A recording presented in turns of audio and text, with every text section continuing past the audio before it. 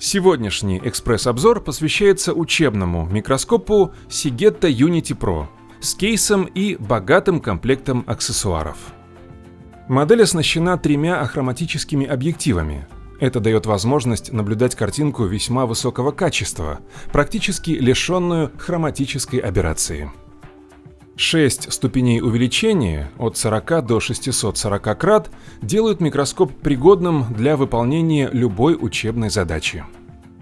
Наличие конденсора Abbe со встроенной ирисовой диафрагмой скорее исключение, нежели правило для микроскопа в этом ценовом сегменте, создает равномерное освещение образца по всему полю зрения. В качестве источника света служит яркий светодиод. Кроме нижней подсветки, микроскоп оборудован модулем верхней подсветки. Это несколько расширяет возможности, позволяя исследовать мелкие непрозрачные предметы.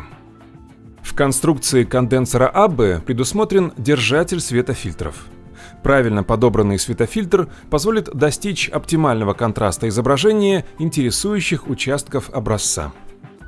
Микроскоп оснащен вращающейся на 360 градусов монокулярной насадкой с наклоном под углом 45 градусов.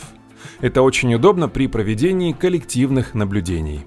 Несколько подвело глянцевое чернение внутренней поверхности окулярной трубки. При высокой яркости подсветки заметен небольшой блик в центре поля зрения. Координатный предметный столик оснащен механизмами плавного перемещения препарата в поле зрения микроскопа. Это в значительной степени облегчает работу с микроскопом, особенно на большом увеличении.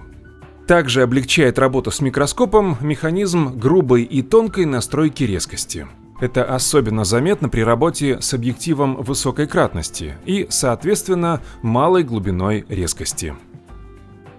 Для оценки возможностей микроскопа приведем несколько примеров изображений, полученных при помощи цифровой камеры 3 мегапикселя через объективы различной кратности.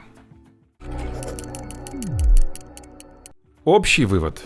Данную модель можно уверенно рекомендовать в качестве учебного микроскопа. Хочется отметить богатую комплектацию, кейс для хранения и переноски, а также наличие модуля верхней подсветки. Небольшое бликование внутренней поверхности окулярной трубки вполне компенсируется невысокой ценой.